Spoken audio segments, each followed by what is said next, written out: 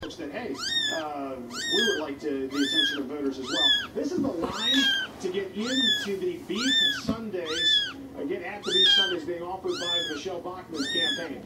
Some of these folks have been in line already 45 minutes, and that's an indication of not only perhaps how good the Sunday is, but how big the draw is at her particular tent, which, by the way, is air-conditioned. That's an air-conditioned tent up and over that way. You can have two different kinds of winners in terms of the straw poll. Michelle Bachmann is certainly in line to become kind of a traditional sort of winner. She is at least a favorite to come out on top in terms of the vote total when all of these folks get done voting by the end of the day. And by the way, the polls close at 4 o'clock Central Time. That would be 5 o'clock Eastern.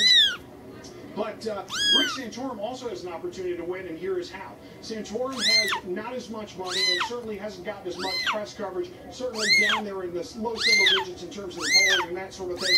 But he's been working very hard. He's put in his time here in the state. He's gotten some earned media coverage, if you will, for that here locally. And there's more than just a little bit of buzz about him. And it is possible, he thinks, that he could break into the top 5 or top 4.